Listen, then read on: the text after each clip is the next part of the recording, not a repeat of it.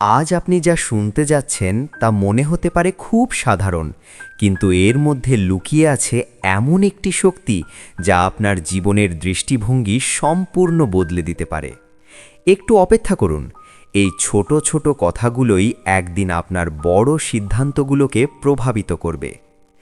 এখন আমরা কথা বলছি একজন ব্যক্তির সম্পর্কে, যিনি শুধু ধনী নন, বরং জ্ঞানের দিক থেকেও পৃথিবীর অন্যতম শ্রেষ্ঠ বিনিয়োগকারী। হ্যাঁ, আমি বলছি ওয়ারেন বাফেটের কথা। তার জীবনের অভিজ্ঞতা এবং দর্শন আমাদের জীবনেও প্রয়োগ করা যায়। ধৈর্য, কৃতজ্ঞতা ও জীবনবোধ। ১। আজ কেউ ছায়ায় বসে আছে কারণ বহু আগে সেখানে কেউ একটা গাছ লাগিয়েছিল।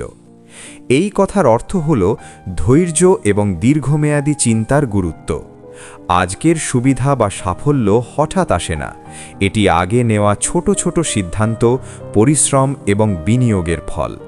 ঠিক যেমন কেউ বহু বছর আগে একটি গাছ লাগিয়েছিল, তার ফল এখনই ছায়া দিচ্ছে, তেমনি আমাদের ছোট ছোট ইতিবাচক কাজও ভবিষ্যতে বড় সুবিধা দেবে। ২। সবচেয়ে সুখী মানুষদের কাছে সব কিছু নেই, তারা তাদের যা আছে তার জন্য সন্তুষ্ট ও কৃতজ্ঞ। এই কথার অর্থ হল আসল সুখ কোনো জিনিসের মালিকানায় নয়, সুখ আসে কৃতজ্ঞতা থেকে। যা আপনার আছে তা বোঝা এবং তার জন্য সন্তুষ্ট থাকা। ওয়ারেন বাফেট বিশ্বাস করতেন যে সম্পদ অর্জনের সাথে সাথে কৃতজ্ঞতার মানসিকতা রাখলে জীবনের আনন্দ আরও গভীর হয়। এই দুটি উক্তি আমাদের শেখায় ধৈর্য, কৃতজ্ঞতা এবং জীবনের গভীর অর্থ বোঝার গুরুত্ব।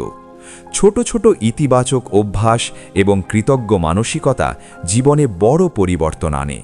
ঠিক যেমন একটি ছোট গাছ পরবর্তীতে ছায়া দেয়, তেমনি এই শিক্ষাগুলো আপনার জীবনের প্রতিটি সিদ্ধান্তকে নতুন দিশা দেখাবে।